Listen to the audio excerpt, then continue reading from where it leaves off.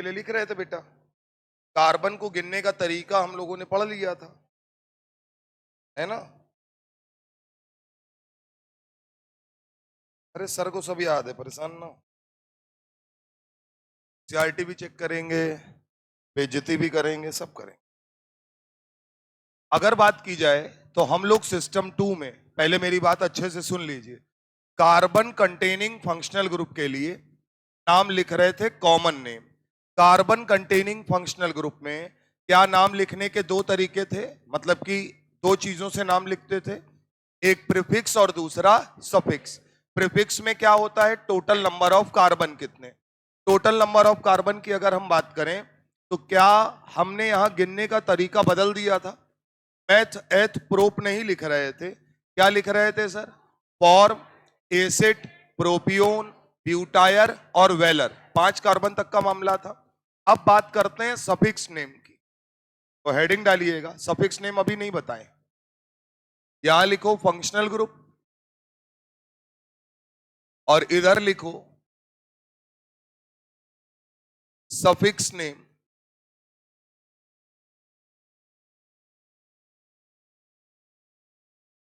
Bracket में लिखना ये सफिक्स नेम किनके लिए लिख रहे हो, कार्बन कंटेनिंग फंक्शनल ग्रुप के, और ये कॉमन नेमिंग का पार्ट है। अब एक छोटी सी बात याद रखना तो चीजें आसान हो जाएंगी। आईयूपीएसी नेमिंग में जो तुमने सफिक्स नेम पढ़ा है उसमें से अगर तुम ओ हटा दो तो कॉमन नेमिंग का मामला बन जाएगा। कैसे बनेगा जरा देखना। अगर फंक्शनल ग्रुप COOH है तो याद करो आईयूपीएसी नेमिंग में हम लोग क्या लिखते थे, ओइक एसिड। यहां क्या लिखेंगे बेटा, ओ हटा दो तो क्या लिखोगे, इक एसिड। क्या मामला समझ में आ रहा है तुमको, बना लो।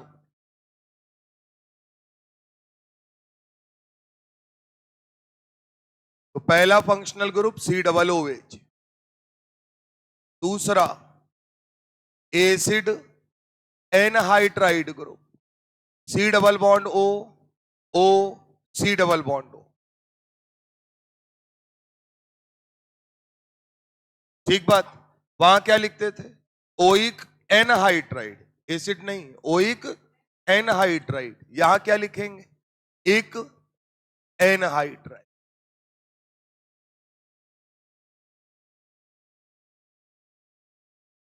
इक एनहाइड्राइड। तीसरा C double bond O R। कौन सा फंक्शनल ग्रुप है, ईस्टर। ईस्टर में स्टार बना लीजिए, यहां बगल में ईस्टर लिख लीजिए, ये थोड़ा स्पेशल आदमी है।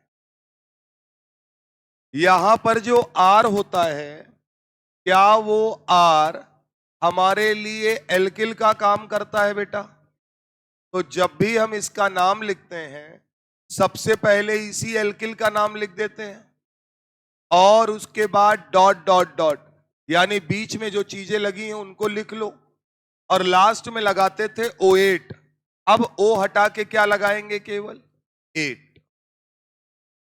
बात पकड़ में आ रही है कि नहीं आ रही। चौथा C double bond O single bond X, functional group का नाम है एसिड हैलाइड, जहां बेटा X क्या क्या हो सकता है, Cl, Br और I। Cl, Br और I।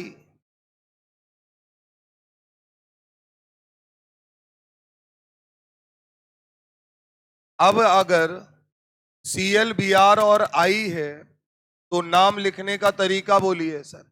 वहां लिखते थे ऑयल हैलाइड, क्या यहां O हटा देंगे और केवल क्या लिखेंगे, इल हैलाइड।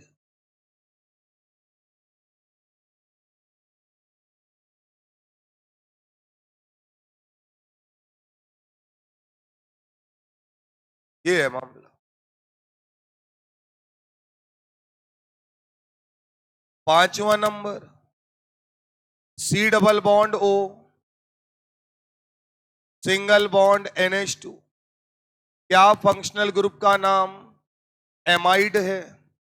वहां भी एमाइड लिखते थे, यहां भी एमाइड लिखेंगे। क्लियर है मामला? तो इसमें कुछ नहीं बदल सकता।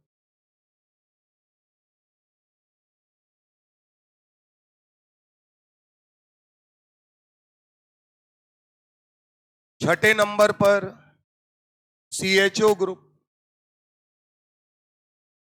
सिंगल बॉन्ड CHO, वहां पर लिखते थे अल, यहां पर कॉमन नेमिंग में लगाएंगे LD हाइड। सफिक्स के रूप में क्या लिखोगे? LD hide. 7वां नंबर और 8वां नंबर, इनको याद रखना। CN ग्रुप या NC ग्रुप, साइनाइड और आइसोसाइनाइड। साइनाइड के लिए लिखेंगे O नाइट्राइल। क्या ऐड करोगे? O nitrile. जीरो नहीं है, क्या है? O nitrile. तो एक साथ पढ़ेंगे उसको। NC के लिए लिखोगे O आइसोनाइट्राइल।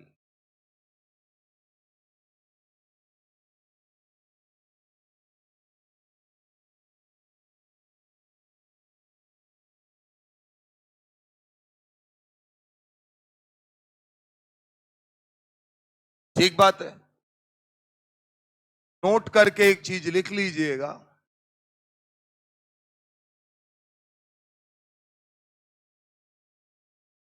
In common naming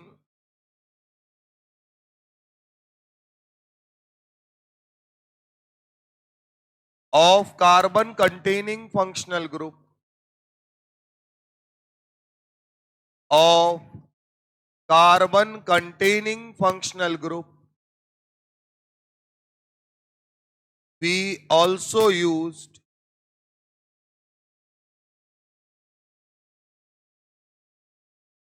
iso और नियो।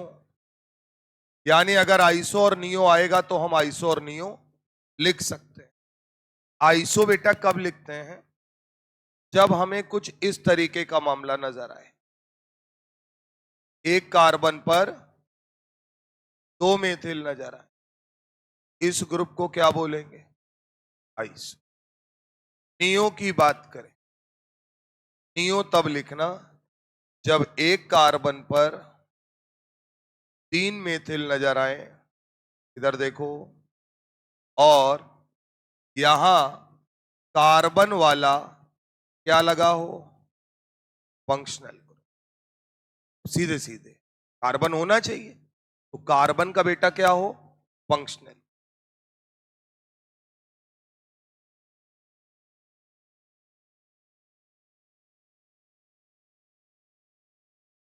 अब यहां से बहुत सारे नाम आपके लिए आसान हो जाए।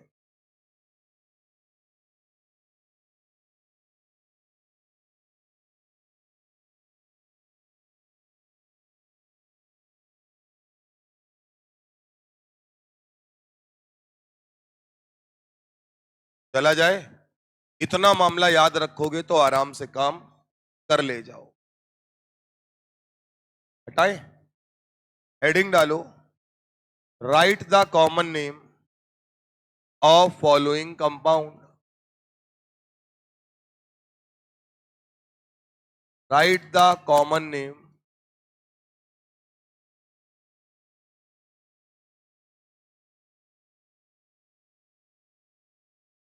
Of following. ये कलर नजर आ रहा है कि नहीं आ रहा है?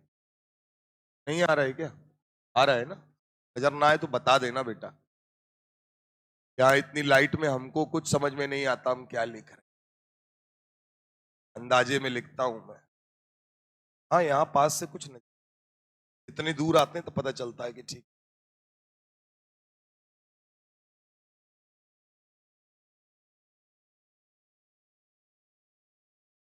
पहला है H C double bond O OH CH3 COO H CH3 CH2 COO H CH3 C CH3 CH COO H पांचवा है CH3 C CH3 CH3 और COO।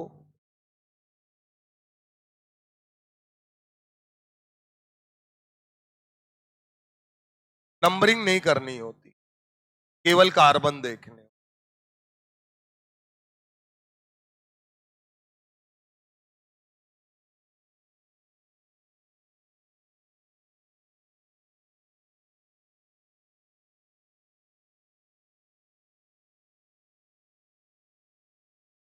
आइए साहब, एक एक करके सबके नाम लिखते हैं।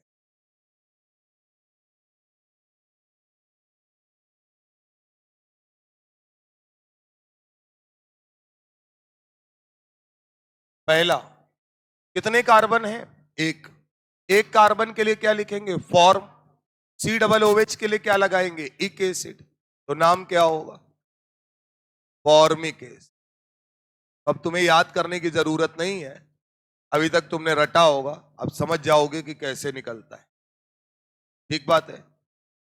दो कार्बन, दो कार्बन के लिए एसिड और सी डबल ओएच के लिए इक एसिड, तो नाम होगा एसिटिक एसिड।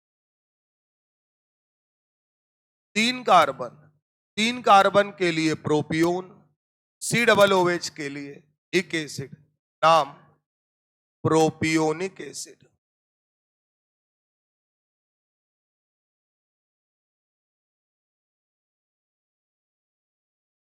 टोटल कार्बन दोस्त चार। टोटल कार्बन कितने? चार।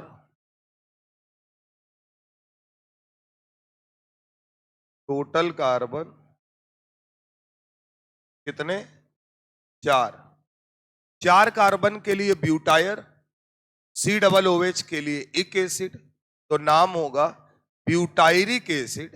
रुके रहिएगा, नाम होगा ब्यूटायरिक एसिड। लेकिन क्या आपको नजर आ रहा है कि यहां बेटा कौन सा ग्रुप मौजूद है? आइसो। तो इसलिए पूरा नाम क्या होगा? आइसोब्यूटायरिक।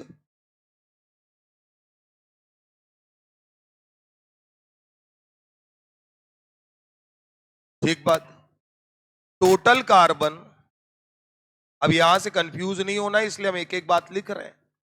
टोटल कार्बन बेटा पांच। पांच कार्बन के लिए वेलर, सी डबल ओएच के लिए इक एसिड, तो पहले हम अपना काम कर ले रहे हैं। नाम क्या होगा?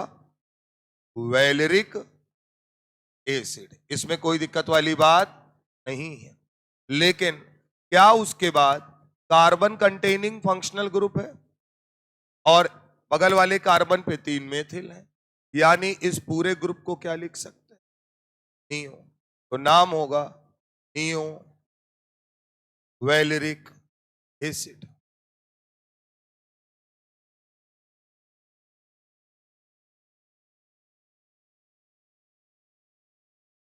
अब चीजों को थोड़ा सा पैटर्न चेंज करते हैं। यहां तक मामला समझ में आ रहा है? यहां तक कोई दिक्कत नहीं हो। छठा लिखिएगा सर, CH3 CO NH2। नाम की अगर बात करें तो ये बताओ, टोटल कार्बन दो, दो कार्बन के लिए एसिड और CONH2 के लिए एमाइड, तो नाम बेटा पूरा जब पढ़ा जाएगा तो क्या होगा? एसीटामाइड।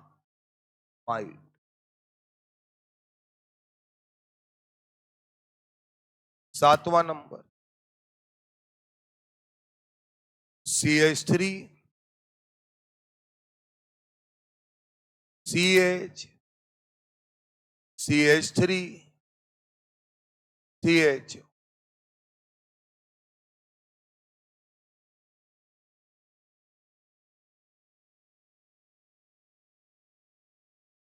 ठीक बात। टोटल कार्बन 4, 4 कार्बन के लिए ब्यूटायर, CHO के लिए एल्डिहाइड, तो नाम होगा ब्यूटाइरल्डिहाइड। बोलो बेटा, नाम पढ़ने का तरीका आना चाहिए। क्या बोलोगे? ब्यूटाइरल्डिहाइड। लेकिन क्या आपको नजर आ रहा है कि यहां पर कौन सा ग्रुप मौजूद है? आइसो। तो पूरा नाम क्या होगा? आइसो ब्यूटाइरल्डी। बना लीजिए। 8वां नंबर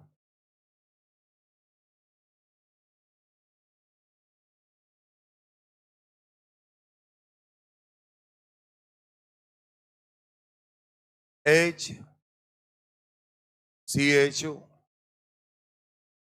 CH3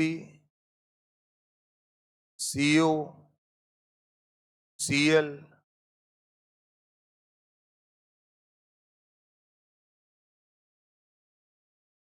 CH3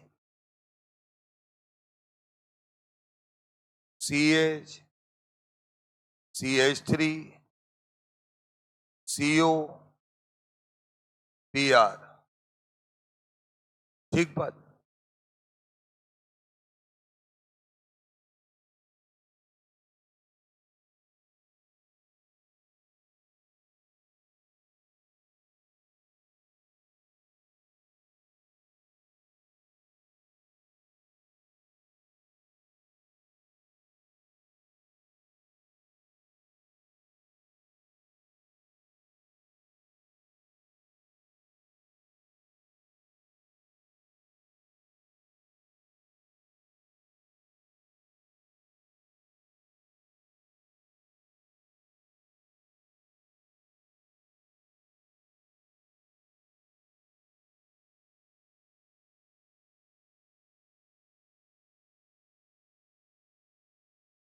चले आइए, एक कार्बन का एल्डिहाइड है तो फॉर्म लिखेंगे और आगे क्या लिखेंगे? एल्डिहाइड। तो नाम होगा फॉर्मेल्डी। क्लियर है मामला? यहां आते हैं, 2 कार्बन है तो लिखेंगे एसिड, और COCl ग्रुप के लिए लिखते थे इल क्लोराइड, तो बेटा नाम होगा एसिटिल क्लोराइड।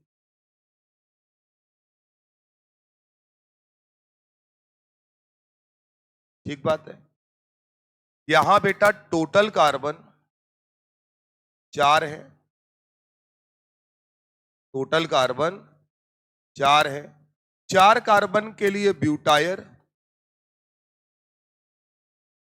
और COBr के लिए इल ब्रोमाइड, तो ब्यूटाइरिल ब्रोमाइड। लेकिन कौन सा फंक्शनल ग्रुप लगा है? आइसो, तो नाम होगा आइसो ब्यूटाइरिल ब्रोमाइड। क्लियर है मामला? तो ये कॉमन नेम है जिनको आप अब तक रटते आए थे। प्रयास कर रहे हैं कि आप उनको थोड़ा सा समझ भी पाए। बात समझ में आ रही है? मैंने बताया, मैं जितना जुगाड़ मैं मेरे पास है मैं वो सब कुछ तुम्हारे सामने बता, इसमें कोई जुगाड़ चलता बलता है नहीं नॉर्मली। फिर भी कुछ नाम तो नहीं याद करने पर हम तरीके से निकाल लेंगे। जैसे अगर मेरे पास आया आइसो ब्यूटाइरिल ब्रोमाइड, तो मैं समझ जाऊंगा ब्यूटाइरिल का मतलब टोटल कार्बन 4 है, इल ब्रोमाइड का मतलब उसमें COBr ग्रुप जुड़ा हुआ है, और आइसो का मतलब वो 4 कार्बन की सेटिंग ऐसे करें एक कार्बन पर 2 मेथिल हमको नजर आ रहे हो, तो हम स्ट्रक्चर बना सकते। अब यहां तक तो कोई समस्या नहीं है। अब एक जिस पर हम लोगों ने स्टार बनाया है, ईस्टर,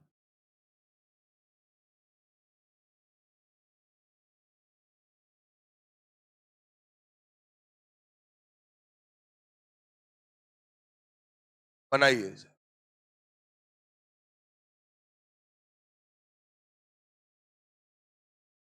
ईस्टर में आर जो है वो मेथिल है। आर कौन है? मेथिल। अगर हम बात करें तो यहां जो आर है वो आर हमारे लिए क्या है? Methyl group. तो अगर ये मेथिल ग्रुप है, सुनते जाना, इसका नाम तो पहले लिख देते थे, बोलो भैया। और फिर ईस्टर के लिए कार्बन यहां से गिनते, टोटल कार्बन 2। बिल्कुल गलती मत कर देना, इस कार्बन को लिख चुके हो, इसे दोबारा काउंट करने की गलती मत कर। क्या बात समझ में आती है? और ये कौन सा फंक्शनल ग्रुप है दोस्त? ईस्ट। क्लियर है मामला?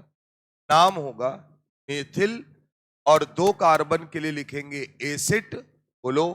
ईस्टर के लिए लगाएंगे 8, यानी लिखेंगे मेथिल एसिड। क्या ये बात समझ में आ रही है आपको? बना लीजिए। अगर ये बात पकड़ पा रहे हैं, अगला वाला आप हमको करके दिखाइए। H C double bond O C CH3 CH CH3।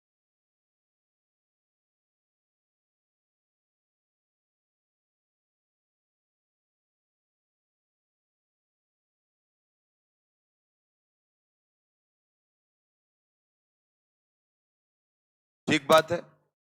पहला काम बेटा क्या किया करो, सुन लो, हर बच्चे के लिए आपको अपने बेसिक पर रहना है। पहला काम आपको क्या करना है? आपको देखना है C double bond O O R, ये चीज क्या है? आर है। आर पहले पकड़ लेना है। ऑक्सीजन के बगल में जो लगा है वो एल्किल है। ये क्या है? प्रोपिल है या आइसोप्रोपिल है? आइसोप्रोपिल। बेटा इसका नाम यहां लिख दो, जिससे गलती होने की संभावना खत्म हो जाए। आइसोप्रोपिल। ठीक बात। यहां पे बना लो कि ये कौन सा वाला केस है, एस्टर या ईस्टर। अब बेटा टोटल कार्बन कितना है? 1 कार्बन का मामला है। तो जब नाम लिखेंगे तो पहले नाम किसका लिखेंगे? एल्किल का। तो लिखेंगे आइसो प्रोपिल, और 1 कार्बन के लिए फॉर्म, और आगे लगाएंगे 8, नाम होगा फॉर्मेट।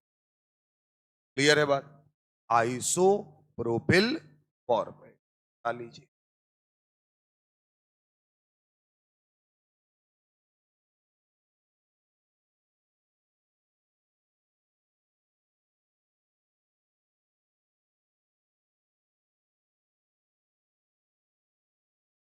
फंसा रहे हैं, फंसना मत है।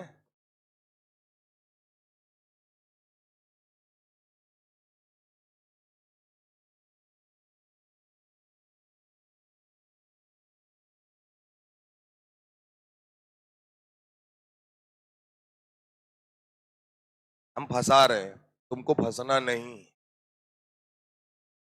हर तरीके से लिख कर दिखा देंगे जो जो वहां आ सकता है ना?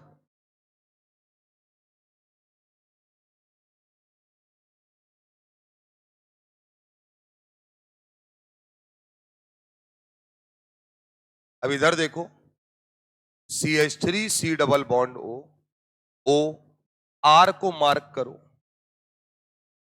ये कौन है? R है। उल्टा चल रहा है उससे अपने को कोई।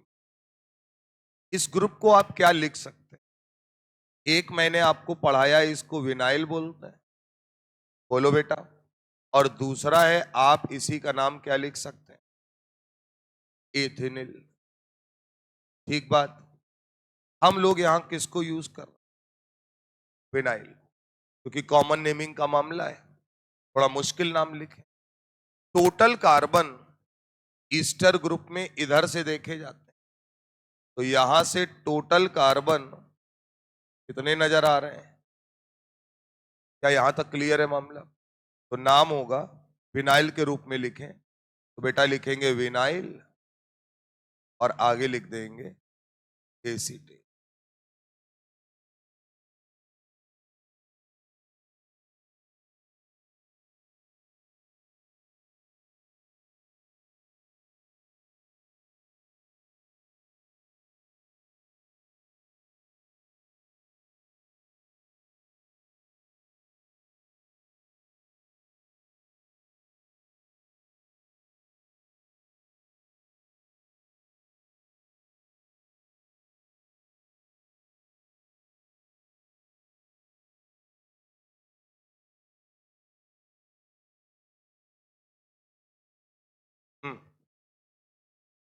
बना लो।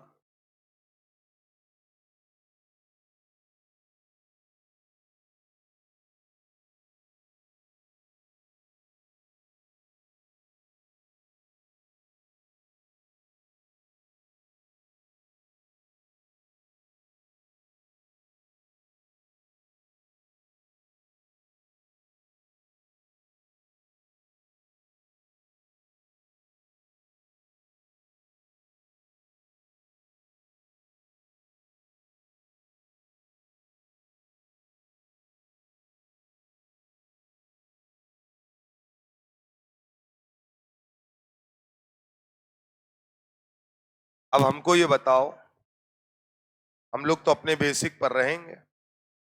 अगर मुझसे कोई कहे तो सी डबल बॉन्ड ओ ओ, ये आर है। आर क्या है? मेथिल। और ये सवाल किसका है? ईस्टर का। क्या ये समझ में आता है? अगर मुझसे कहे कोई टोटल कार्बन, तो ये है ईस्टर का मामला। टोटल कार्बन कितने हैं? 5 है। बोलो सर। अगर कोई पूछे ग्रुप के बारे में, कार्बन से बना ग्रुप है वो, इसके लिए क्या यूज करेंगे? नियो। तो बेटा पहले नाम किसका लिखेंगे? मिथाइल। फिर 5 कार्बन के लिए वेलर लिखना है, लेकिन उससे पहले नियो। ये वही डैश है जो भरा जा रहा है। नियो 5 कार्बन के लिए वेलर और ईस्टर के लिए 8। अगर आपको देखना है तो आप देख सकते हैं, ये जो डैश है वो यहां तक भरा गया है। वेलर, आइल, नियो, वेलरेट। क्लियर है मैम? बेटा बीच में नहीं लिखा गया है। ईस्टर का एल्किल हमेशा पहले लिखा जाता है। आइसो कहां लिखा जाता है? पहले। नियो कहां लिखा जाता है? पहले। ईस्टर में बस पहले, सबसे पहले क्या लिखते हैं? एल्किल। इसलिए ईस्टर के केस, अगर ये कहीं एल्डिहाइड होता तो क्या लिखते? नियो वेलेरल्डिहाइड। तो तुम्हें लगता वो पहले लिखा हुआ है। तो ईस्टर का सबसे इंपॉर्टेंट पार्ट कौन है? एल्किल। वो हमेशा पहले लिखा।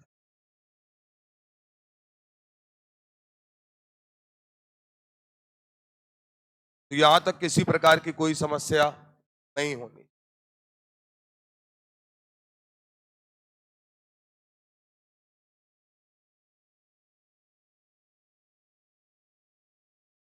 चला जाए। अगला है एनहाइड्राइड। उसको अलग से पढ़ा रहे हैं। 15वां सवाल मान लीजिए और यहां हेडिंग डाल दीजिए। अब आप बात कर रहे हैं किसकी? एनहाइड्राइड। Question number 15।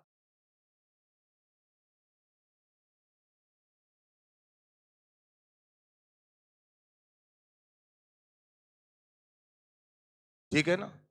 एनहाइड्राइड में याद करिएगा, जब आईयूपीएसी नेम लिखवाया था तो आपसे कहा था एनहाइड्राइड को तोड़ लिया जाता है। बोलो भैया। ऑक्सीजन के रिस्पेक्ट में एनहाइड्राइड को हमेशा तोड़ लिया जाता है। तो जैसे ही 2 पार्ट में तोड़ा, आपको समझ में आ जाएगा कि ये कितने कार्बन का एसिड है? 2 कार्बन। ये कितने कार्बन का एसिड है? 2 कार्बन है या नहीं है? तो नाम होगा एसिटिक एसिड। क्या नाम होगा? Acetic acid. और आप बोल रहे हैं कि एनहाइड्राइड में आप, अच्छा वहां आप क्या लिखते थे? वहां आप ओइक लगाते थे, एनहाइड्राइड। अब मुझे बताइएगा, यहां जब आप नाम लिखेंगे तो 2 कार्बन के लिए क्या लिखेंगे? एसिड। नाम के आगे क्या लगाएंगे? इक। और क्योंकि एनहाइड्राइड है तो पूरा क्या लिखोगे? इक एनहाइड। क्या बात समझ में आ रही है सर? अगर कार्बन सेम है तो एक ही बार एसिटिक लिख के काम चल जाएगा। अगर कार्बन अलग अलग है तो दोनों के नाम हमको यहां पर लिखने पड़ेंगे। बना लीजिए, तो मैं बताता हूं एक सवाल और करके, तो मामला ज्यादा पकड़ में है।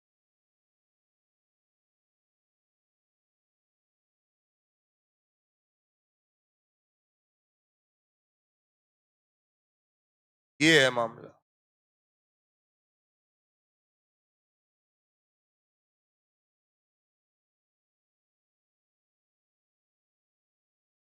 यहां भी 2 पार्ट में कट कर ली।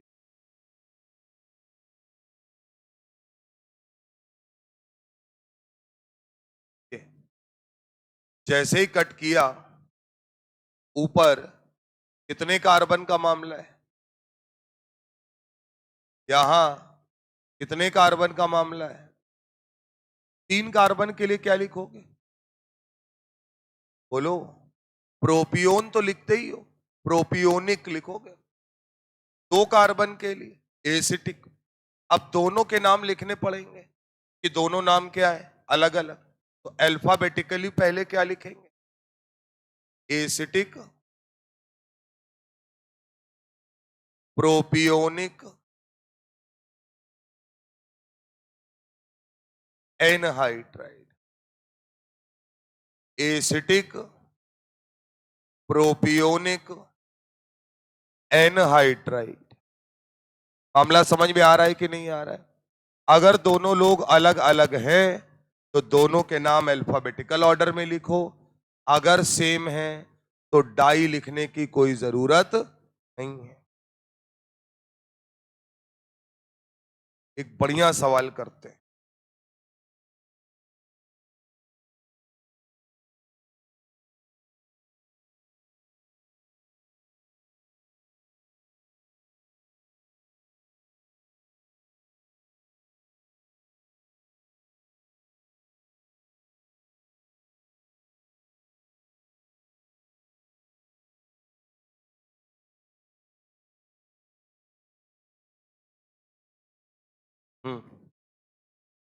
बना लो।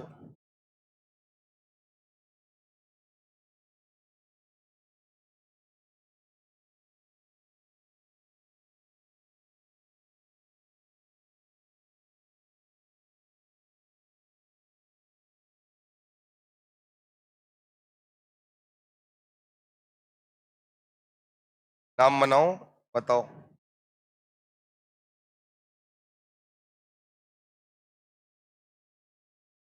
पहले दोनों तरफ काट लो, दोनों का नाम लिख लो।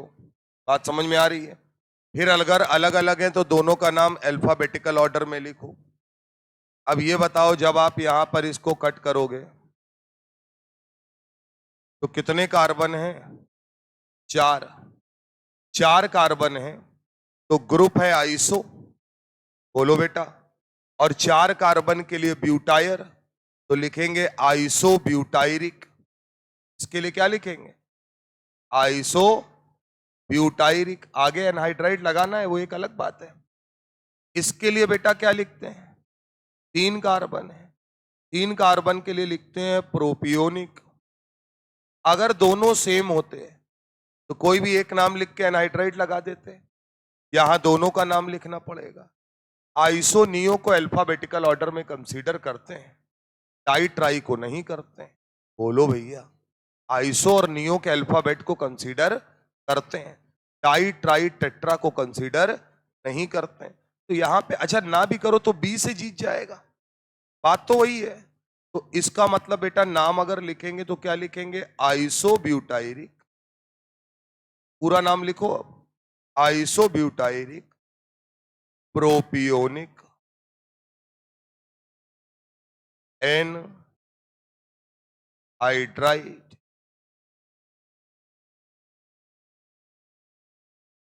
ये इसका कॉमन नेम होगा। तो एनहाइड्राइड में याद रखना कि ऊपर और नीचे काट लेना ऑक्सीजन से, और उनके नाम एसिटिक, प्रोपियोनिक, ब्यूटायरिक लिख लेना। फिर अगर दोनों नाम सेम हो तो कोई भी एक के साथ एनहाइड्राइड लगा देना। दोनों अलग अलग हो तो जाहिर सी बात है दोनों का नाम लिखना पड़ेगा। दोनों के नाम को अल्फाबेटिकल ऑर्डर में। ठीक बात, यहां तक आराम से काम हो जाएगा। अब इसके बाद इस चीज को थोड़ा सा और आगे बढ़ाते हैं, हटाया जाए। अगला हेडिंग लिखिए इसी के आगे, इसी में कुछ ऐड कर रहे हैं। और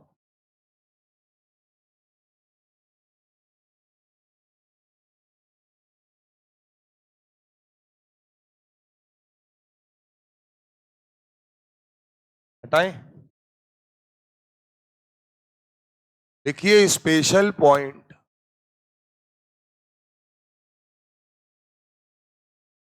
अब ये एडिशनल डेटा है, प्रयास करेंगे कि ये भी कुछ नाम ऐसे होते हैं जो आपको याद ना करने।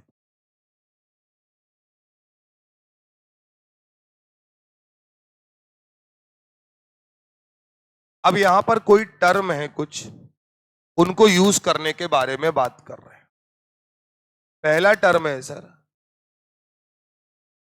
एक्रिल या एक्राइल। क्या टर्म है? एक्राइल। ये टर्म हम कब यूज करेंगे? बात को समझना, जब टोटल कार्बन कितने हो?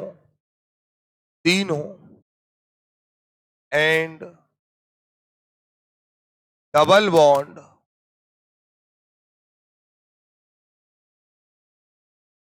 प्रेजेंट ऑन सेकेंड कार्बन, और डबल बॉन्ड की पोजीशन कौन से कार्बन पर हो? Second carbon. अच्छा, ये बताने की जरूरत नहीं है कि ये सब हम लोग किसके लिए पढ़ रहे हैं?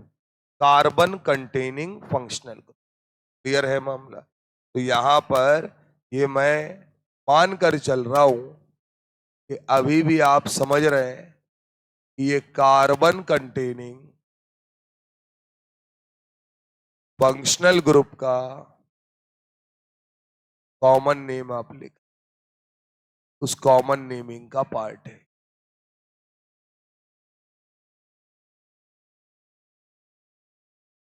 तो एक्राइल आपकी समझ में आना चाहिए।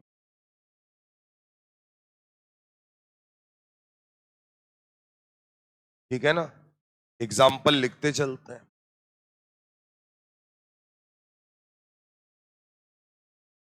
CH3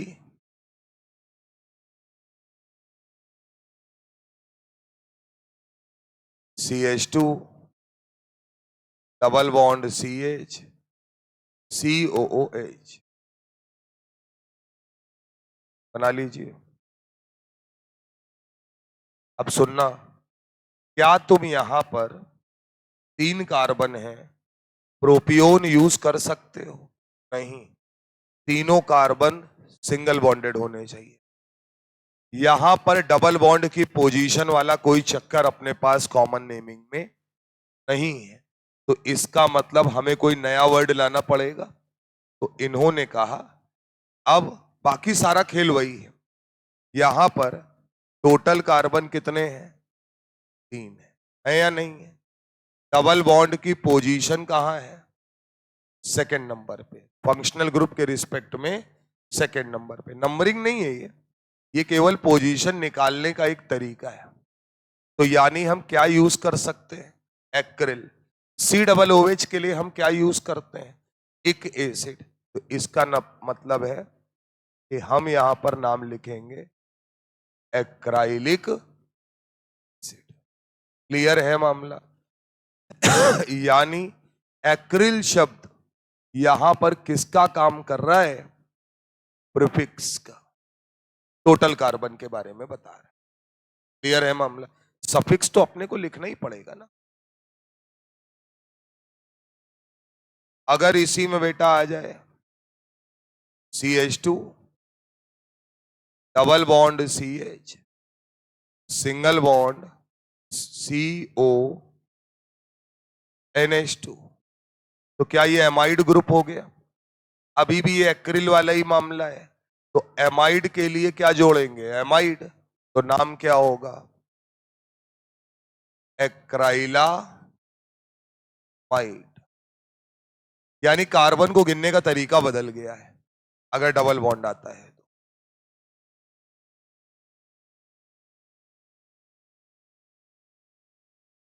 तीसरा एग्जाम्पल लिखिएगा,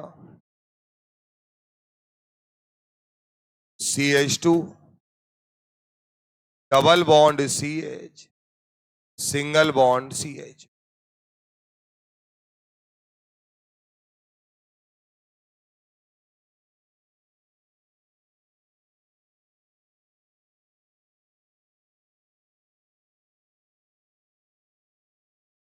ठीक बात। ये भी क्या एक्रिल वाला मामला है? CHO के लिए एल्डिहाइड लगाएंगे, तो पूरा नाम क्या लिखेंगे? Acryl aldehyde.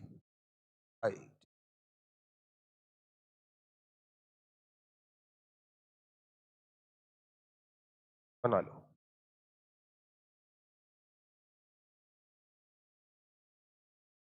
तो जो भी यहां लिख रहे हैं वो किसकी तरीके काम करेगा? प्रीफिक्स की तरीके।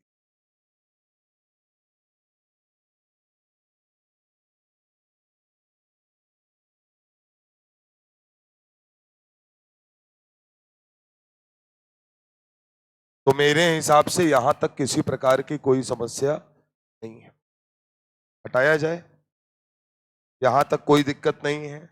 दूसरा नाम लिखिएगा क्रोटोन। दूसरे नंबर पर आपको याद रखना है, एक टर्म यूज करेंगे क्या? क्रोटोन।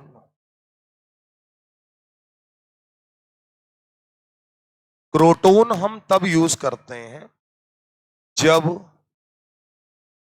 टोटल कार्बन कितने होते हैं? 4। और बगल में लिखना double bond present on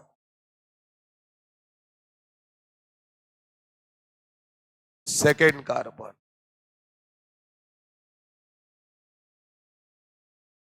double bond कहां प्रेजेंट होगा?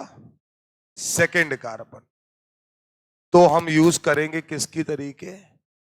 क्रोटोन की तरीके।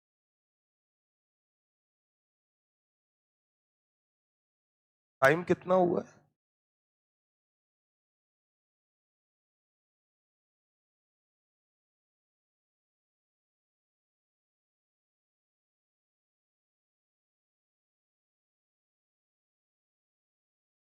तो झटका लग गया हमको, इतनी देर से पढ़ा रहे हैं, 8:30 ही बजे है। वक्त रोकने की कला हमारे अंदर आ गई, हमको पता ही नहीं चल रहा है। चलो, अगर बात की जाए टोटल कार्बन कितने? 4। डबल बॉन्ड कहां प्रेजेंट होगा? सेकेंड कार्बन पर। देखिएगा इसके एग्जाम्पल, बढ़िया एग्जाम्पल है। यानी कि ये अगर याद कर लोगे तो आप कुछ नाम अपने आप ही बता दोगे।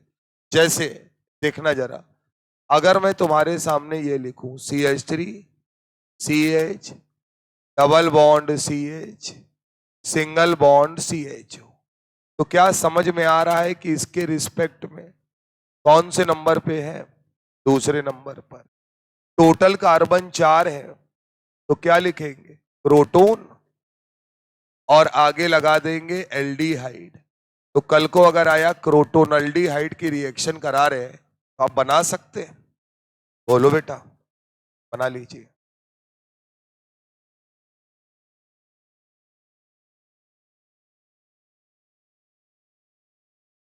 CH3 CH, double bond CH, single bond COOH।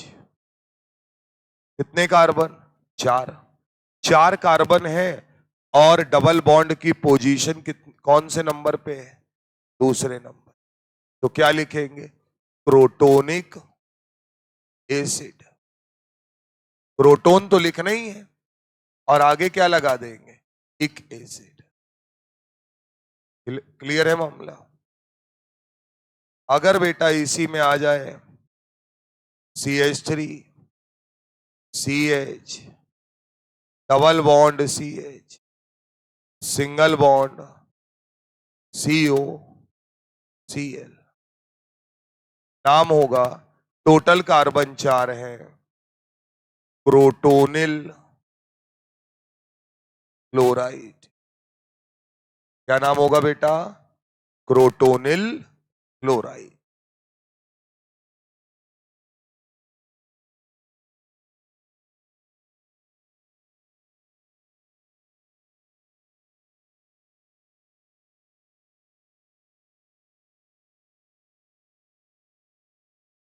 एक सवाल दे रहे हैं, जरा इसको करके बताओ।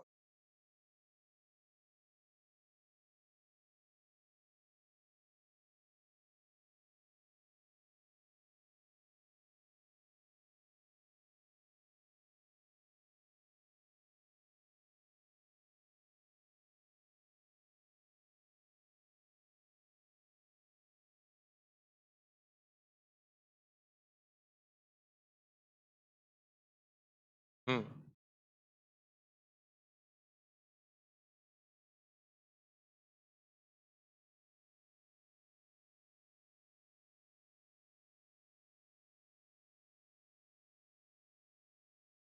अब मुझे एक बात ये बताइएगा कि क्या ये ईस्टर है, ये तय है, और ईस्टर के लिए आगे हम लोग 8 लगाते हैं। अब बेटा अगर हम यहां बात करें तो इतना पोर्शन तो हमको मालूम है कि टोटल कार्बन 4 वाला मामला है और डबल बॉन्ड की पोजीशन दूसरी, प्रोटॉन यूज कर ले। लेकिन ईस्टर में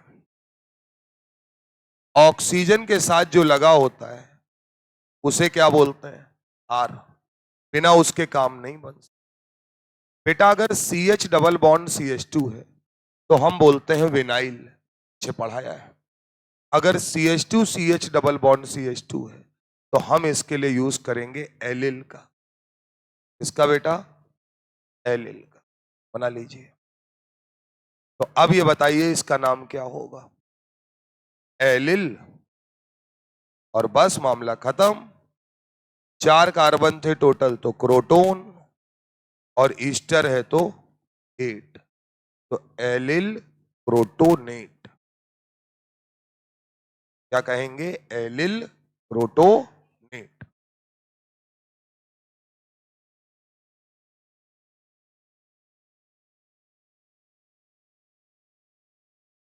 दो टर्म पढ़ ली हैं। एक एक्रिल, जब टोटल कार्बन 3 हो और डबल बॉन्ड सेकेंड कार्बन पे। क्रोटोन, जब टोटल कार्बन 4 हो, डबल बॉन्ड सेकेंड पोजीशन पर। एक तीसरा टर्म है पाइरूव। ये समझ में आया है एलिल वाला? याद रखना बेटा, अगर ये ग्रुप है तो एलिल बोलेंगे, और पीछे पढ़ के आए हैं कि अगर कभी CH double bond CH2 group होगा तो उसके लिए क्या बोलेंगे? विनाइल। ठीक है ना? चलिए हटाएं इसको। अगला डालिए तीसरा, पाइरूव।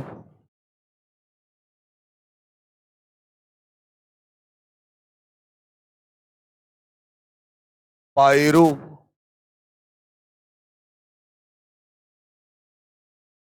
PYRUV।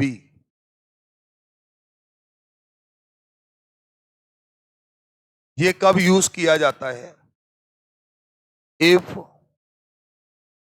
इधर देखो, COCH3 group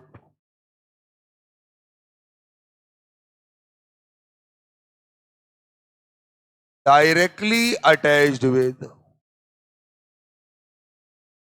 directly attached with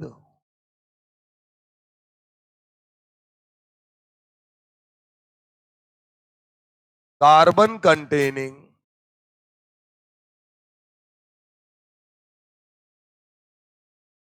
functional group. अगर COCH3 group carbon containing functional group के साथ डायरेक्टली अटैच है तो हम क्या यूज कर सकते हैं कार्बन को गिनने के लिए? पाइरूव। और यहां पर जब भी मैं बोलता हूं कि मैं पाइरूव यूज कर रहा हूं तो मैं इसको कैसे यूज कर रहा हूं? As a prefix. और प्रीफिक्स का मतलब कॉमन नेमिंग में है कि वो हमें किसके बारे में जानकारी देता है? टोटल कार्बन के बारे में। बिल्कुल कंफ्यूज नहीं। चलो भैया, CH3 C double bond O COOH, CH3 C double bond O CHO, CH3 C double bond O CO NH2, CH3 C double bond O single bond C double bond O O CH double bond CH। डरना घबराना नहीं है, आपको अपने basic पर। आज बेटा मेरा मामला थोड़ा गड़बड़ है, मोदी जी ने सोने नहीं दिया है। हाँ, घर के जस्ट सामने आ रहे हैं और सब कुछ बदल दिया गया है 3 दिन। गुरुद्वारे में गुमटी नंबर 5 में सब कुछ बदल दिया गया। मतलब जो वायर गए हैं ना, वो वायर काट के नई वायरिंग हो रही है, तो लाइट ही नहीं, नया वायरिंग हो रहा है। तो अब लाइट में भी यार इन्वर्टर कब तक काम करेगा? सिंपल सी कहानी है। और रोड बना दी गई है, कलर कर दिया गया है। बात समझ में आ रही है? हाँ, अगल बगल के जो घर है जिनमें पेंट नहीं था उनमें सरकार ने पेंट करा। ये प्रधानमंत्री की औकात है। और जो लोग अगर कहीं वहां गुमटी नंबर 5 आज से आते होंगे उस तरफ से, तो वहां पे जब या शॉपिंग के लिए आप कभी गए होंगे तो वहां देखते होंगे बहुत भीड़ रहती है सर। अब वहां जाइए तो वहां कुछ नजर नहीं है, सब खाली पड़ा है, सब कुछ साफ कर दिया है। मतलब देश, इससे ही समझ में आता है कि देश का प्रधानमंत्री 5 सालों में कुछ ना करे, केवल बाहर जाने की बजाय देश में ही अगर छोटे छोटी जगहों पर तय कर ले कि आज मैं आजमगढ़ जाऊंगा, आज मैं कानपुर जाऊंगा, तो ऐसे करके 1 महीने में 30 शहर, यानी टोटल 70 है, 70 शहर वो 2.5 महीने में निपटा देगा। यानी 5 साल में से 1.5 साल बच जाएगा उसके पास। और केवल वो जाए, बाकी कुछ करे नहीं, अपने आप उस जगह का विकास होता चला जाए। मतलब गजब, मतलब। और मालूम है कैसे काम कर रहे हैं? जो बेचारे काम सभी लोग करते हैं, किसी के लिए वो नहीं है, लेकिन झाड़ू लगाने वाले या वो है, वो मतलब भाई साहब मन है तो लगाया, नहीं मन है तो नहीं लगाया, भाई बराबर लगा रहे हैं। समझो, हम आज निकले, हम कहे भैया मेरे क्या कितना शकल दिख रही है।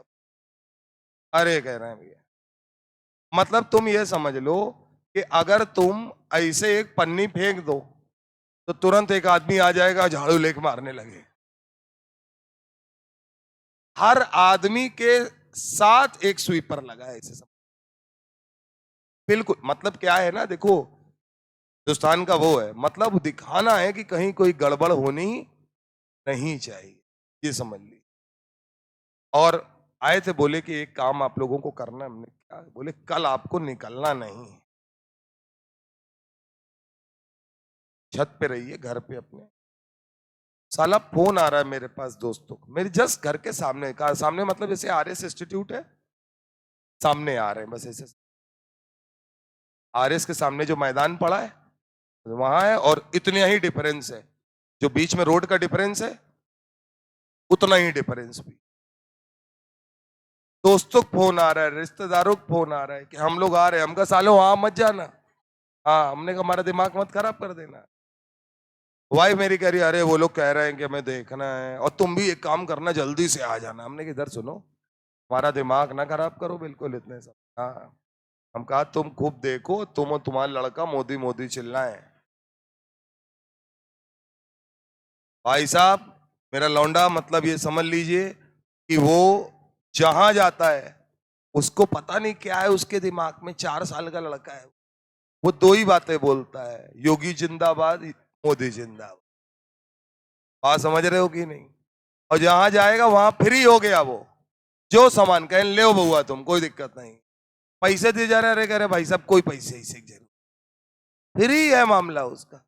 और वो जैसे जब जाते हैं जब कभी, तो गए एक दिन लेके, तो हर आदमी जानता है। जानता इसलिए है कि जैसे स्कूल से आ रहे हैं, तो तुम्हें वेक्टर कितना पता है मुझे नहीं मालूम। वो मतलब जैसे साथ साथ चल रहे हो, अचानक से वो तीर जैसा फोर्स ऐसे हो जाएगा, तुम्हें लगेगा हाथ खींच रहा है, ये कहीं जा रहा है। और वो तुरंत दुकान देख लेता है कि ये यहाँ यहाँ यहाँ, सीधे दुकान के अंदर गया।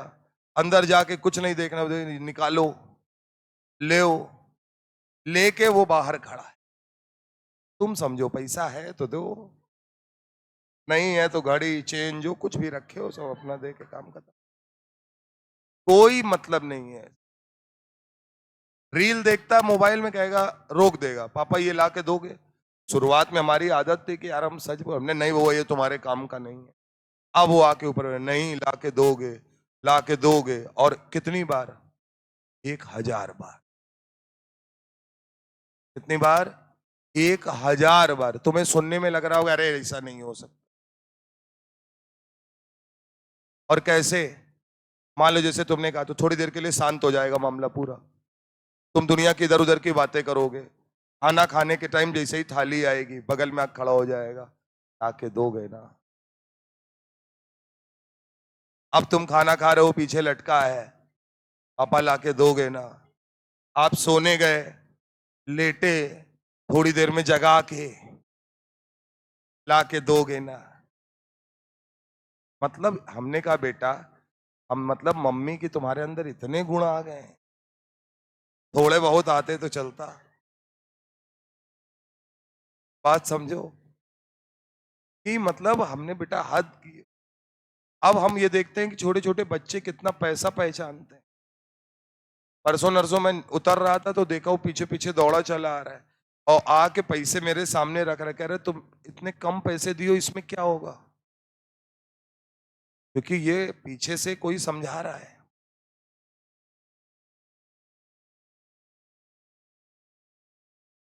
दुश्मन केवल देश में ही नहीं है, घर में भी होते हैं साहब। तो समझाया जा रहा है उसको, और समझाने का तरीका ऐसे कि जैसे किसी ने बोल कि ये ला के देना, वो ला के देना, तो निकाल के हमने दे दिया कि 5000 रुपए जो मांगे दे देना, ला देना। तो मेरी वाइफ क्या करी बताओ, बउआ इतने कम पैसे कहाँ इसमें कुछ आ पाएगा, भाई इतना बोलना है उसको। और वो ऐसे कह रहा है कि लाओ, हमने कहा बेटा पैसे नहीं, कह रहा रुको दिखाओ पैसे कहाँ नहीं है। और वो जेब में हाथ हाथ डाले दे रहा है, निकाले ले रहा है, कह रहा है ये सब पैसे रखे हैं, झूठ बोलते हो। पूरे पैसे लिए चला जा रहा है। हम कहा जा रहे हो? कह रहे इसका सब सामान खरीद लो। बाद में पकड़ा, लेके आया, फिर वाइफ को डांटा, हमने कहा बदतमीजी मत क्या करो, लड़के के सामने समझाओ नहीं उसको उल्टा सीधा। ने अभी जरा सा है नहीं, फिर ध्यान रखना 4-5 साल बाद ये टहलते ही नजर आएगा तुमको बाहर, तब पढ़ाई लिखाई धरी की धरी रह जाएगी। तो कई बार होता है, तो ये भी है। तो मतलब अब जब से वो देख लिया है, तो वो झंडे वंडे लग रहे हैं, तो वो साला बिल्कुल कैच करता है कि ये वो तो वही माहौल है। तो वो अब वो स्कूल नहीं जा रहा है, अब वो झंडे अंडे घर के बाहर लगवा रहा है अपना। एक झंडा लेके वो खड़ा भी रहेगा, मैं भेजूंगा तुमको स्टेटस में देखना। और बिल्कुल, और पक्का मतलब चिल्लाने की स्थिति ये है कि भाई साहब अगर साइलेंट है तो आवाज ठीक ठाक सुनाई देगी उसको। जब मैं तुम्हें यहाँ मिलाने लाऊंगा तो तुम्हें खुद ही समझ में आ जाएगा। पिछले वाले बैच में लेके आए तो ये लोग बोले कि देखे रहना कहीं खो ना जाए। हम कहा नहीं खोएगा, जो खो ले जाएगा वो वापस कर जाएगा, 200-500 जेब में रख भी देगा उसके, जितनी उसकी श्रद्धा होगी। हाँ, तो आया वाया वो अपना सब किया। तो शुरू में वो उसने दिखाया कि वो डर रहा है, तो नहीं होते बच्चे की, बताओ डर रहा है। तो वो आए, कुछ बच्चियां थी, लड़के थे, वो लोग भी आए उसको लेके कि बेटा डरा नहीं जाता है। ने बुलाया, हम कहा सुनो डर नहीं रहा है, तुमको बेवकूफ बना रहा है, इसके ट्रैप में मत फंसना, बात समझना। और पता नहीं मैं थोड़ी देर के लिए अपने अंदर चला गया, उसके बाद वो कहीं चला गया, ले गया उन लोगों को सबको। जब सबको ले गया तो थोड़ी देर बाद जब वो आया तो देखा 10-12 चिप्स, 4-5 फ्रूटी, चॉकलेट, सब बच्चे अपनी श्रद्धा अनुसार खरीदवा दिया उसने भाई साहब। और सुनिए, वो खुश हैं और कह रहे हैं सर आपका बच्चा बहुत क्यूट है। हम कहा सुनो 10 दिन अगर लाएंगे रोज ना, तुम्हारी आर्थिक स्थिति बिगाड़ देगा ये लौंडा।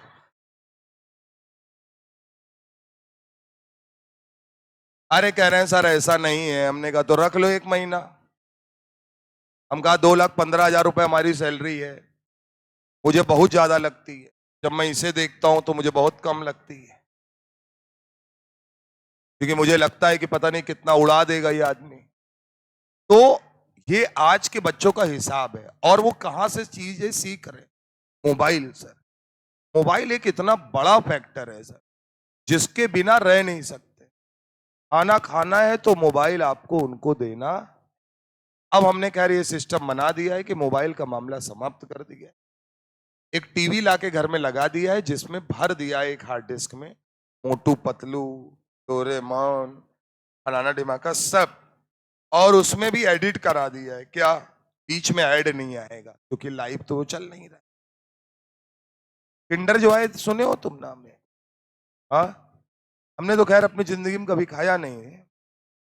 किंडर जो है खिलाया बहुत है, कम से कम कुछ नहीं तो सर मैं 1,00,000-2,00,000 रुपए का तो खिला चुका हूं। बात समझना। वो पसंद लोगों को इसलिए नहीं क्योंकि उसके अंदर टॉय है, वो पसंद इसलिए है कि छोटे बच्चे जब भी कोई कार्टून या कुछ भी देखते हैं, उसमें किंडर जॉय का एड जरूर आता है।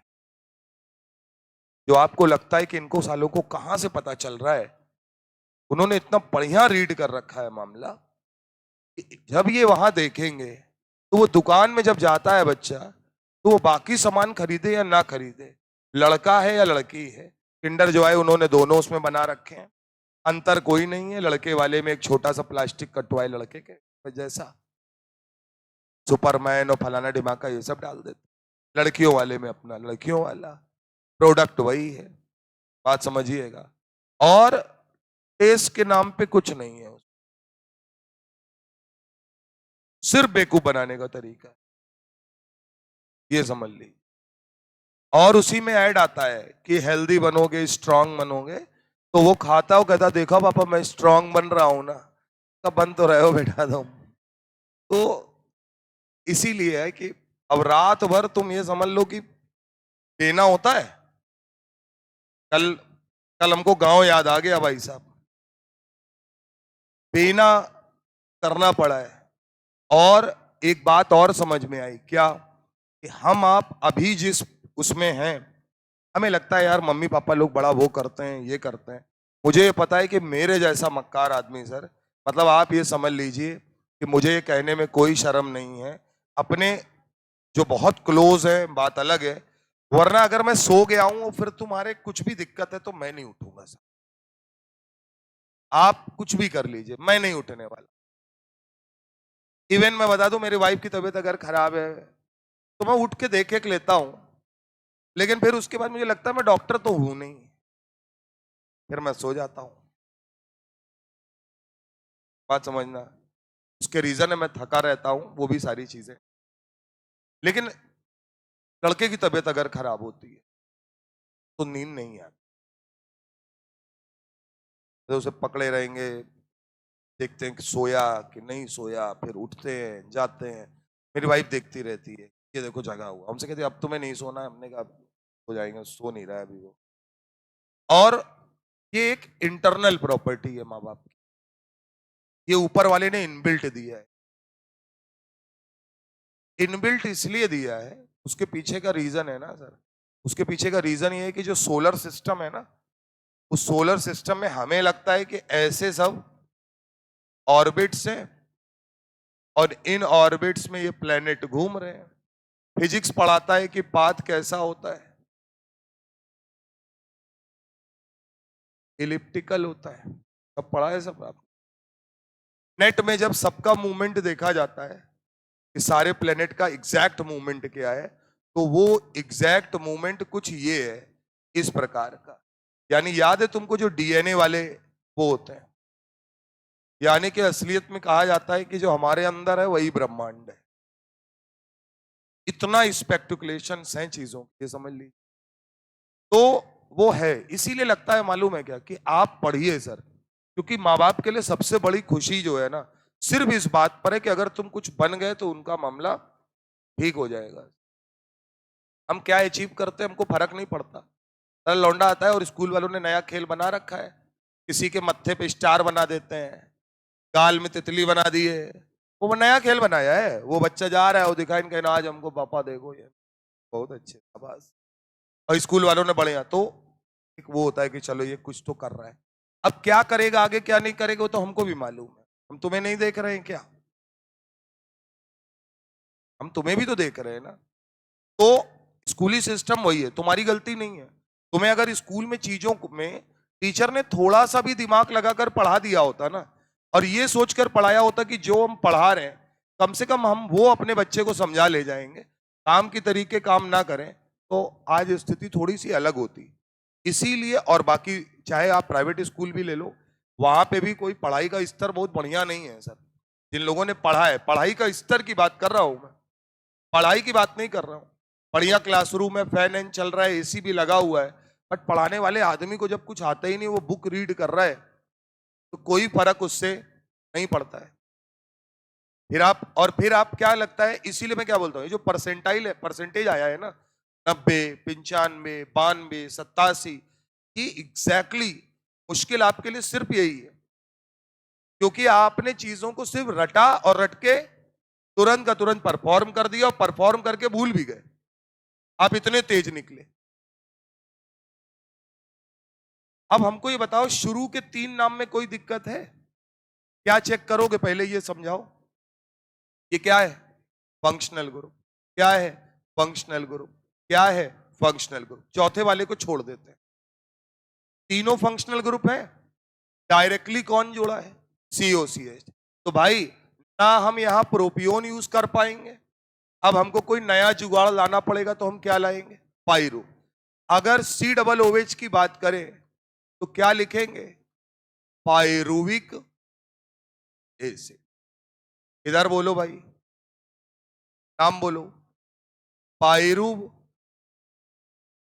और एल्डिहाइड लिखेंगे बेटा, तो पूरा पढ़ेंगे तो क्या होगा? पायरु एल्डी। तीसरा पायरुव और एमाइड, यही तो होगा। तो क्या होगा? पायरुवामाइड। अब ये बहुत बड़ा बना है, डरने घबराने की कोई जरूरत नहीं है। कैसे नहीं है? ये एक्स्ट्रा लगा है, ये फंक्शनल ग्रुप ईस्टर है, और ईस्टर से जुड़ी ये चीज आर यानी एल्किल। क्या बात समझ में आती है? अब ये बताइए सर, एल्किल का नाम पहले लिखेंगे, CH डबल बॉन्ड CH2 के लिए क्या लिखते हैं? विनाइल। अब इसका काम खत्म हो गया। क्या फंक्शनल ग्रुप से डायरेक्टली लगा हुआ है ये ग्रुप? तो पायरुव लिखेंगे और आगे क्या लगा देंगे? 8, तो पायरुवेट हो जाए। अब ये नाम हम आपको इसलिए पढ़ा रहे हैं यार, कि कल को अगर आ जाए कि पायरुविक एसिड किसी के साथ रिएक्ट कर रहा है, तो तुम्हारे मन में ये विचार नहीं आना चाहिए, इतना तुमने नाम वाम लिखना सिखाया, अला मेन चीज तो सिखाई नहीं जो पेपर में आती है। पेपर में कभी भी IUPAC नाम लिखकर नहीं है। पेपर में हमेशा आपने 12th का भी दिया है और सारी चीजें हमेशा कॉमन नेम की रिएक्शंस लिख। क्लियर है मामला? क्या हो गया बताओ? तो इसलिए हम आपको ये याद करा रहे हैं और कोई बात। ये बताइए 5 तारीख को एग्जाम कितने लोग देने जा रहे हैं? अच्छा, दोबारा मैंने बोला भी था कि भर देना है, ठीक है। पेपर दीजिएगा, बात समझ में आ रही है, और प्रयास करिएगा कि जितना ज्यादा से ज्यादा आपको आए करिएगा उसको, ठीक बात। रिवाइज करने के लिए क्या किया है? कुछ पढ़ा है आपने? नहीं पढ़ा है? हाँ, शायद कल छुट्टी हो जाएगी आपकी। एक काम आप कर सकते हैं केमिस्ट्री में, मैं जो बोल रहा हूँ, एमसीईआरटी खरीदवाई है हमने आपको। 12th वाली तुमने पढ़ रखी है। 12th वाली एमसीईआरटी केवल पढ़नी है। रिएक्शन रिएक्शन पढ़ लो, केमिकल काइनेटिक्स के फॉर्मूले देख लो, इलेक्ट्रोकेमिस्ट्री के फॉर्मूले देख लो, सोल्यूशन के फॉर्मूले देख लो। आज समझ में आ रही? 12th वाला तो तुमने पढ़ ही रखा है ना। 12th वाला ही कम से कम पढ़ लेना, तो उससे पेपर में कुछ कर पाओगे। बात समझ में आ रही? और पेपर बढ़िया से आराम से दो, जो समझ में आए उतनी देर बैठोगे, वो तुम्हारे लिए एक बहुत बढ़िया एक्सपीरियंस होगा। और उसमें ये भी आ गया होगा कि कितनी देर पहले आना है, सारा नोटिफिकेशन आया होगा। कितने बजे से एग्जाम है? 11 बजे से? 2 बजे से है, लेकिन रिपोर्टिंग टाइम 11 बजे हो। तो समझ जाइए आपको 3 घंटे पहले तो सेंटर के अंदर जाना है। यानी कि यहां से, जहां से भी आप हैं वहां से सेंटर 1-2 घंटा दूर होगा। यानी कि आपको सेंटर सुबेरे 9 बजे निकलना पड़े। बात समझ रहे हैं? और एग्जाम आपका खत्म होगा 5 बजे। वो 5 क्या बल्कि 5:30 हो जाता है। 5:20 दिया है उन्होंने टाइम, क्योंकि 3 से 3:20 दिया होगा उसमें, है ना? वो सॉरी 2 से 2:20 दिया होगा। तो आपको पता है वहां जाके फील करिएगा क्या क्या समस्याएं आती हैं। केवल पढ़ाई करके सिलेक्शन नहीं होता। जो मैंने आपको बताया है वो आपको फील होगा। पेपर कर रहे होगे, बीच में आ जाएगा अचानक से मोहर, मार दे फट से, फिर थोड़ी देर बाद सॉल्व कर रहे होगे कि इसका ये फार्मूला होता है, तो ये दिख ही रहे होगे, लग रहा होगा आ रहा होगा। उतनी देर में वो आ जाएंगे कि OMR में साइन कर। चाहे तो साले एक बार में कर सकते, नहीं कर। फिर लगेगा अब सब कुछ खत्म हो गया, अब कोई नहीं है। फिर देखोगे बीच में 2-3 बागड़ बिल्ले आ गए, और वो आके बस आएंगे और तुम सवाल कर रहे होगे और ऐसे आके तुम्हारे बगल में खड़े हो जाएंगे। ध्यान रखना, ये मत सोचना उनमें से किसी को कुछ नहीं है। बात समझ में आ रही है कि नहीं? और वो तुम्हें देखते रहेंगे और देखेंगे कि अच्छा तुम्हारा सवाल होने वाला है, कहेंगे खड़े हो 1 मिनट। शीट ऐसे उठाएंगे, ऐसे पलटा देंगे, पेपर तुम्हारा खोल के दोबारा से बंद कर देंगे। समझ रहे हो? फिर तुमको 5 मिनट बाद बैठा देंगे कि अब तुम भूल गए कौन सा कर रहे थे। इन सारी परिस्थितियों को पार करने के बाद आप सेलेक्ट होंगे। बात समझ में आ रही है कि नहीं? तो आपकी सिलेक्शन में बाधा बहुत सारे लोग हैं। केवल पढ़ाई बाधा नहीं है कि आपको नहीं आता, इन सारी परिस्थितियों से आपको गुजरना पड़ेगा। और यहां प्रयास हम लोग ये करते हैं, अपने यहाँ तो स्पेशली हम लोग कराते हैं क्या कि टेस्ट दे रहे होगे, धीरे से पंखा अंखा बंद करा,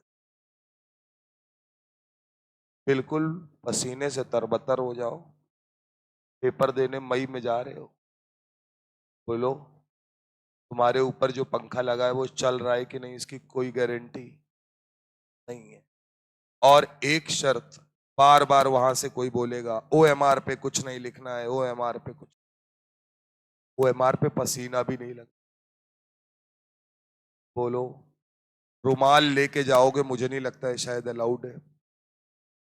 बोलो सर नहीं ले जा सकते। हाँ हाँ, और लेके अगर गए तो हर 2 मिनट में वो आके बार बार तुम्हारा रुमाल ऐसे ऐसे करके, इसके अंदर कबूतर है निकल क्यों नहीं रहा है। ये फैक्ट है सर। तो इसलिए तुम्हें वो माहौल नहीं मिलना है जो तुम सोच रहे हो कि तुम्हें बकायदा एक एसी रूम मिलेगा, वहां तुम राजा बाबू की तरीके कंघा अंगा करके जाओगे और पंखा नहीं चलेगा और तुम्हारा एक एक बाल बिल्कुल सेट रहेगा और तुम बिल्कुल सोचते हुए कि अच्छा व्हाट इज एल्डोल कंडेंसेशन, और तुम अपना काम करो। ऐसा कहीं कुछ नहीं होना है। और उसके बाद भी फिर दुनिया भर की चीजें होंगी वहां, तुम देखोगे एक से एक आदमी मिलेगा तुमको, कुछ ऐसे रो बिल्ला रहे होंगे, पैर पकड़ रहे होंगे कि हमें ओएमआर दे दो, हम दो ठो भर लें गोला। ऐसे गधे लोग भी होते हैं। वो क्या होता है, बाद में भरते हैं, तो भूल जाते हैं बाद में भरने में। और बाद में कैसे भरते हैं पता है, जब टीचर वहां से लेना शुरू करता है तो कहते हैं, "अच्छा, इसको छीन ले जाता है वो।" तो इसलिए शायद कल और परसों 2 दिन छुट्टी रखी जाएगी आपके बैच की, तो इसलिए पढ़ के जाइएगा थोड़ा, हाथ हिलाते मत जाइए। फॉर्मूला फॉर्मूला जरूर पढ़ लीजिए। किसी प्रकार की कोई समरी वाली किताब मत पढ़ना, प्योर गलत होता है। एनसीईआरटी से फॉर्मूले पढ़ना, फर्स्ट ऑर्डर का जरूर पढ़ना, आता ही आता है। एक सवाल ऑर्डर निकालने का आता ही आता है। डिफरेंशियल इक्वेशन पे सवाल आ सकता है, डिफरेंशियल फॉर्म पे। ऑर्डर मॉलिक्युलरिटी वाला, इसे देख लेना। इलेक्ट्रो में नस्ट इक्वेशन जरूर देख लेना, आना ही आना है। एक ऑक्सीडाइजिंग एजेंट, रिड्यूसिंग एजेंट कौन काम करेगा, इलेक्ट्रोड पोटेंशियल आएगा ही आएगा। जितनी नेम रिएक्शंस है उनको एक बार जरूर पढ़ना, कोई ना कोई एक सवाल जरूर फंस जाएगा, एक क्या 2-3 सवाल फंस जाए। तो आप ठीक ठाक पढ़ के, क्योंकि 12वीं पढ़ के गए हो, अभी पढ़े हो, तो 12वीं वाला मामला थोड़ा रिवाइज कर लेना। कितने लोगों ने एनसीईआरटी खरीद ली, कितने लोगों ने नहीं है, जिनके पास अभी भी, तुम्हारे पास नहीं है, क्या दिक्कत है, लोगे नहीं, क्या दिक्कत आ रही है, पैसा कम है, हम दे देंगे, और बताओ, अभी हमसे लो, खरीद लो। बात समझ में आ रही है कि नहीं? हाँ, अगर ये दिक्कत हमसे बताओ ना यार।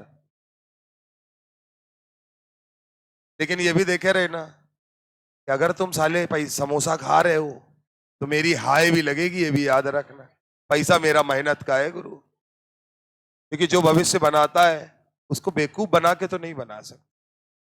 कर्ण परशुराम से कितनी भी तगड़ी विद्या सीख गया हो, मौके पे काम।